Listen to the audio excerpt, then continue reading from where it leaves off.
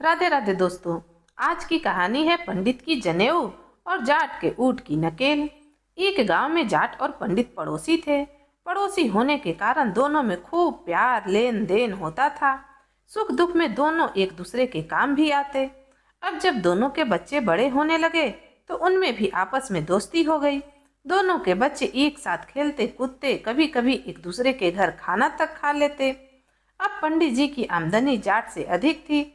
जाट की तो खेती थी, अगर मौसम साथ न दे तो उनके खाने के लिए भी अनाज बमुश्किल से बचता। उधर पंडित तो कभी ब्याह, कभी मरण, कभी बच्चा होने पर तो कभी शुभ मुहूर्त के सिलसिले में इधर उधर के गांव में चलते ही रहते।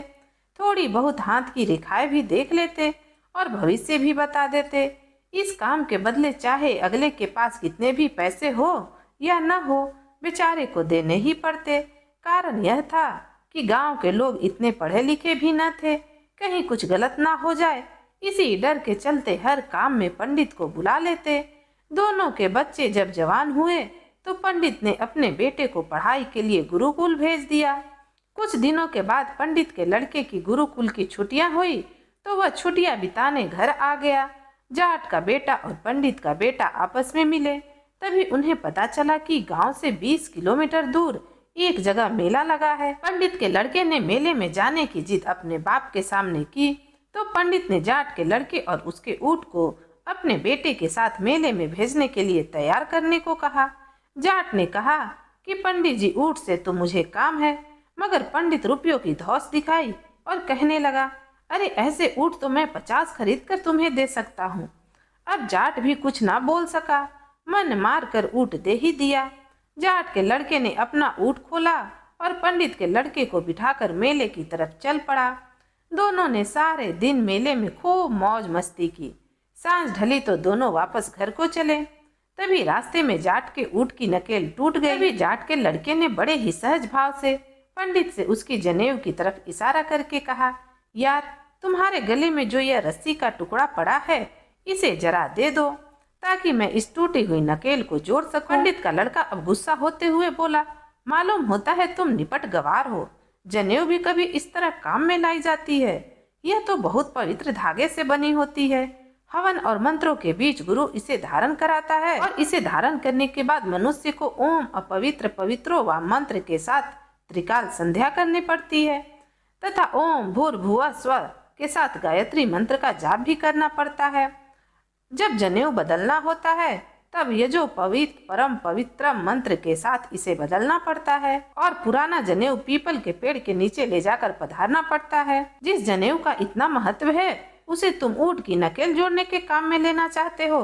कितने बेहद शर्म की बात है। इस तरह के वचन तो कहने और सुनने से भी पाप लगता है। मुझे नहीं पता था तुम अभी तक इतने गवार हो। जाट के लड़के को कुछ समझ न आया। वह सोचने लगा कि यह क्या पंडित के लड़के अनसन बोल रहा है।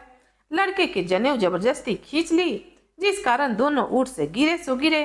दोनों को चोट भी आई। कई देर तक दोनों उठ न पाए तो जाट का ऊँट इधर का उधर निकल गया। जैसे तैसे दोनों लड़के घर पहुँचे और सारी कहानी अपने बाप को सुनाई तो जाट और पंडित का गुस्सा 7वें आसमान पर पहुँच गया। जाट को अपने बेटे को चोट लगने का इतना गम न था जितना उसके ऊँट खोने का गम था। उधर पंडित अपने बेटे की हालत देखकर दुखी हुआ जा रहा था और जाट और उसके बेटे पर बरस रहा था।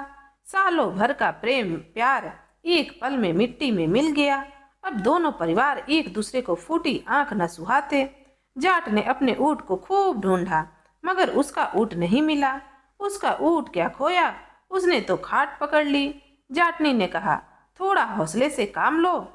रही बात ऊँट खोने की तो इसकी कीमत तो मैं पंडित से वसूल के रहूंगी, चाहे उसके लिए कितना ही बड़ा झूठ क्यों ना बोलना पड़े। कुछ दिन गुजरे की जाट पर एक मुसीबत और आन पड़ी। हुआ यूं कि जाट की बेटी, जिसकी उम्र 16 से 17 साल थी, अचानक उसके पेट में दर्द हुआ और वह चल बसी। कुछ दिन गुजरे ही कि पंडित की बेटी, जो जाट की बेटी की हम उम्र थी, उसको जहरीले सांप ने काट लिया, जिसके कारण उसकी भी मौत हो गई। अब गांव के कुछ लोगों ने कहा कि पंडित अपनी बेटी के हाथ की रेखा न देख पाए, उसे पता नहीं था कि उसके घर में सांप है। लोगों ने कई तरह की बातें बनाई और इधर उधर कानाफूसी करने लगे, जिसके चलते अब गांव वालों का पंडित पर से विश्वास उठने लगा। अब जाटनी एक दिन पंडित के घर जा पहुंची। पंडित तो था नहीं, मगर पंडिताइन जाटनी को देखकर खूब रोई। जाटनी कहने लगी, रोने से अब क्या होगा, मैंने भी अपनी बेटी के गम में खूब आंखें बहाई। मैं तो बस औलाद के लिए ही आई हूँ।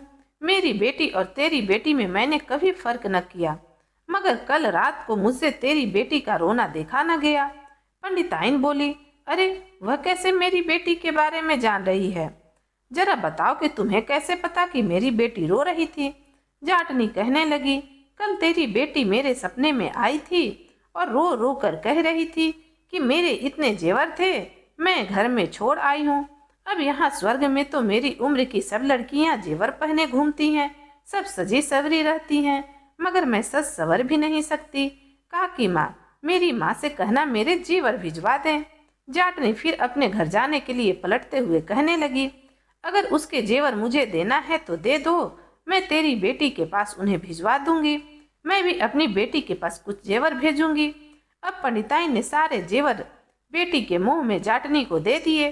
जाटनी तो राम राम कहकर अपने घर को आ गई और जाट को सारी कहानी बताई और जाट से कहा कि इन जेवरों को बेचकर एक ऊँट लेते आओ, तब मेरे मन को तसल्ली मिले।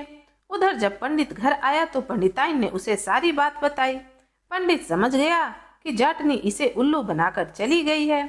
वह जल्दी से अपनी घोड़ी लेकर जाट के पीछे भागा। जाट भी उन जेवरों को लेकर शहर जा रहा था। पंडित को आता देखा तो वह एक पेड़ पर चढ़ गया। पंडित ने घोड़ी को पेड़ के नीचे रोका और जाट से जेवर मांगे। जाट ने कहा, हमने कोई चोरी न की, पंडित की पंडिताइन ने खुद दिए। अगर आप पेड़ पर चढ़ सको तो आ जाओ और यह जेवर ले जाओ। उधर मुश्किल से पंडित पेड़ पर चढ़ा था, इधर जाट पेड़ से सीधे घोड़ी पर छलांग लगा दी और घोड़ी लेकर भाग गया। पंडित ने सोचा कि घोड़ी तो अब अपने हाथ आने से रही, तो क्यों न जाट के हाथों अपना अपमान करवाने की बजाय थोड़ा पुण्य ही कमा लूं। पंडित जोर से आवाज दी, अरे ओ चौधरी, चौधराइन से कहना कि घोड़ी भी मेरी बेटी को दे दे और कह देना कि माँ ने जेवर भेजे हैं और तेरे बाप ने यह घोड़ी। तो दोस्तों, कहानी यहीं समाप्त होती है। इस तरह से एक जाट ने पंडित को सबक सिखाया। तो आपको कहानी कैसी लगी? कहानी पसंद आई तो प्लीज़ हमारे चैनल को लाइक करें, शेयर करें और न्यू है तो सब्सक्राइब करें। कहानी सुनने के लिए आपका बहुत बहुत धन्यवाद। तो फिर मिलती हूँ एक नई कहानी के साथ। तब तक के लिए राधे राधे।